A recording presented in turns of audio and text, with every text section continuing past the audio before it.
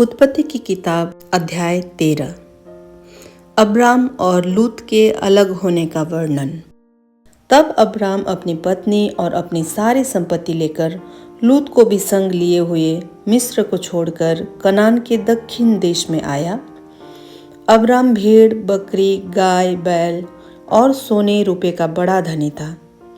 फिर वह दक्षिण देश से चलकर बेतेल के पास उसी स्थान को पहुंचा जहां पहले उसने अपना तंबू खड़ा किया था, जो बेतेल और ए के बीच में है। यह स्थान उस वेदी का है जिसे उसने पहले बनाई थी। और वहां अब्राम ने फिर यहोवा से प्रार्थना की। लूत के पास भी, जो अब्राम के साथ चलता था, भेड़, बकरी, गाय, बैल और तंबू थे। इसलिए उस देश में उन दोनों के लिए पर्याप्त स्थान न था कि वे इकट्ठे रहें, क्योंकि उनके पास बहुत धन था, इसलिए वे इकट्ठे न रह सके। अब्राम और लूत की भेड़, बकरी, गाय, बैल की चरवाहों में झगड़ा हुआ। उस समय कनानी और परिज्जी लोग उस देश में रहते थे। तब अब्राम लूत से कहने लगा, मेरे और तेरे बीच और मेरे और तेरे चरवाहों के बीच में झगड़ा न होने पाए, क्योंकि हम लोग भाई बंधु हैं। क्या सारा देश तेरे सामने नहीं? इसलिए मुझसे अलग हो जा। यदि तू बाईं ओर जाए तो मैं दाहिनी ओर जाऊंगा, और यदि तू दाहिनी ओर जाए तो मैं बाईं ओर जाऊंगा। तब लूत ने आंख उठाकर यरदन नदी के पास वाली सारी तराई को देखा कि वह सब सींची हुई है।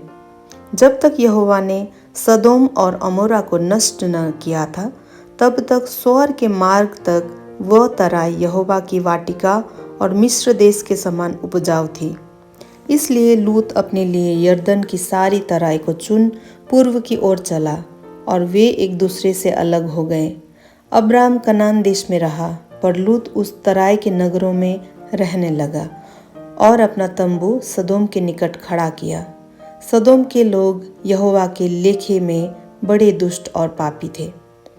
जब लूत अब्राम से अलग हो गया, तब उसके पश्चात यहोवा ने अब्राम से कहा, आंख उठाकर जिस स्थान पर तू है वहां से उत्तर, दक्षिण, पूर्व, पश्चिम चारों ओर दृष्टि कर, क्योंकि जितनी भूमि तुझे दिखाई देती है उस सब को मैं तुझे और तेरे वंश को युग युग के लिए दूंगा, और मैं तेरे वंश को पृथ्वी की धूल के किनकों के समान बहुत करूंगा, यहाँ तक कि जो कोई पृथ्वी की धूल के किनकों को गिन सकेगा वही तेरा वंश भी गिन सकेगा।